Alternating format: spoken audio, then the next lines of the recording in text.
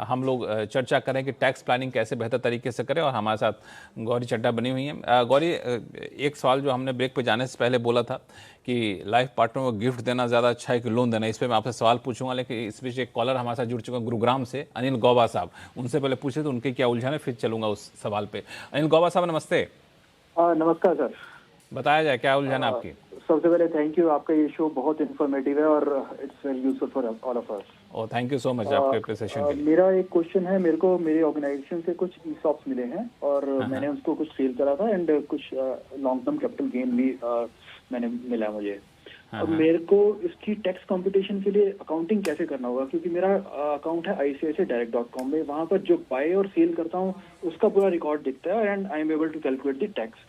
क्योंकि ये मैंने परचेज नहीं करा था, ये मेरे को ईसॉप मिला था, तो इसका बाइंग वहाँ दिख नहीं रहा है।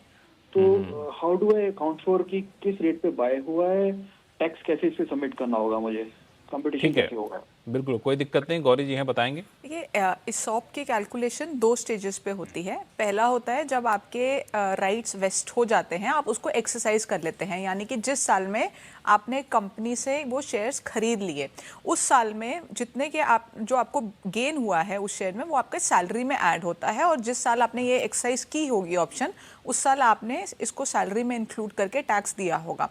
अब इस साल में अगर आपने उन शेयर्स को सेल कर दिया है तो इसके ऊपर कैपिटल गेन लगेगा, और उस कैपिटल गेन को कैलकुलेट करने के लिए जो कॉस्ट ऑफ एक्विजिशन है वो ली जाएगी जो उस साल में आपने जितने का कंपनी से लिया था, जो जिसके बेसिस पे आपने सैलरी के उस पे आपने टैक्स दिया था।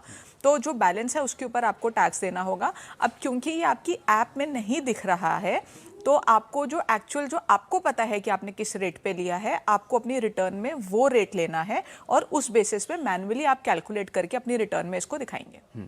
ठीक है अनिल जी?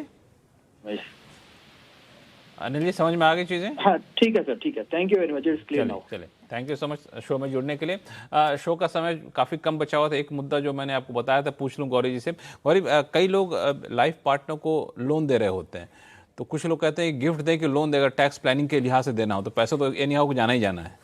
अब इसमें अगर आप गिफ्ट देते हैं तो हमारे क्लबिंग के प्रोविजंस एप्लीकेबल होते हैं। जैसे आप माइनर को गिफ्ट दे रहे हैं या स्पाउस को गिफ्ट दे रहे हैं और उनकी उसके ऊपर कुछ इनकम हो रही है, तो वो स्पाउस की इनकम में क्लब हो जाएगा। तो टैक्स प्लानिंग की नज़र से अगर हम देखें तो ये अच्छा तरीका नहीं है कि आप अपने स्पाउस को गिफ्ट करें कोई भी पैसा। अगर आपको जेन्युइनली अच्छा, गिफ्ट करने से क्या होता है, जो आप पैसा दे रहे हैं वो सामने वाले के इनकम में, जैसे हस्बैंड ने वाइफ को कुछ गिफ्ट करा पैसा और वाइफ ने उसकी FD करा ली या उन्होंने शेयर मार्केट में लगा दिया, तो उसके ऊपर जो भी गेन होगा, जो इंटरेस्ट आएगा या जो कैपिटल गेन होगा, वो हस्बैंड की इनकम मानी जाएगी। तो अगर हस्बैंड हाई टैक्स स्लैब में आते हैं तो उनको कोई फायदा होने वाला नहीं है, क्योंकि वो उन्हीं की इनकम में ऐड होने वाला है। तो इनकम टैक्स डिपार्टमेंट ने यहाँ पे एक लॉ साफ कर दिया कि रखा हुआ है। बिल्कुल।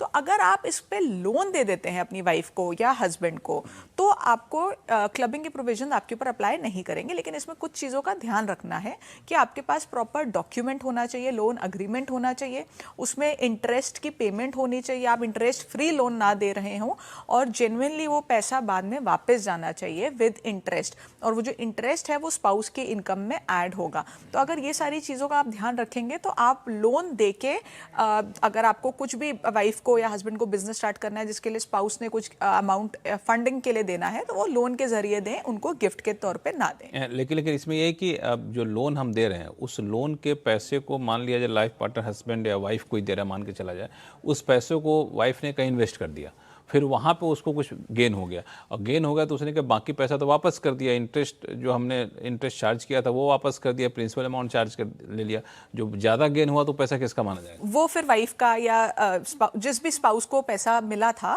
उन्हीं का माना जाएगा, क्योंकि यहाँ पे टैक्स इवेजन नहीं हो रही है। अगर आपने FD से 6% इंटरेस्ट कमाया है, आप अपनी रिटर्न में दिखा रहे हैं, और आपने अपने स्पाउस को उनको जितना इंटरेस्ट देना था आपने वो ऑलरेडी दे दिया है, तो कहीं से भी यहाँ पे टैक्स इवेजन प्रोविजन नहीं है और सरकार का लॉस नहीं है।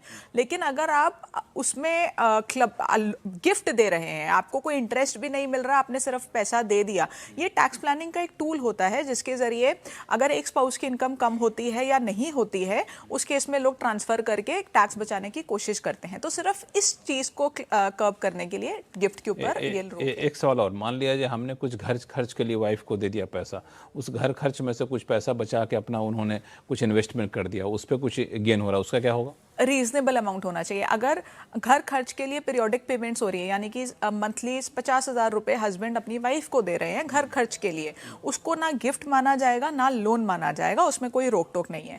लेकिन प्रोवाइडेड वो जस्टिफाइड हो कि उनका 50,000 के आसपास का खर्चा महीने का होता है।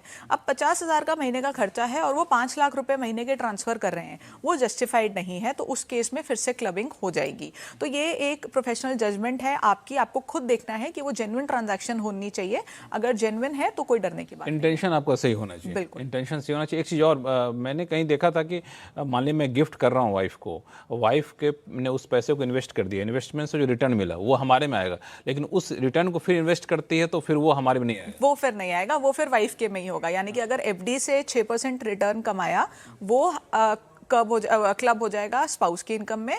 उस 6% के ऊपर जो कमाया वो वाइफ की इनकम ही मानी जाएगी।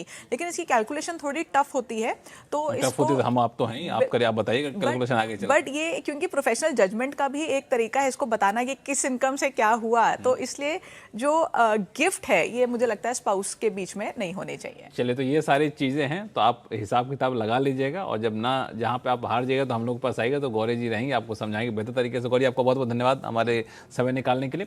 टैक्स गुरु में फिलहाल इतना ही। आपके पास कोई भी सवाल हो तो आप हमें लिख भेजिए tax@moneycontrol.com पर, और देखते रहिए CNBC आवाज़। नमस्कार।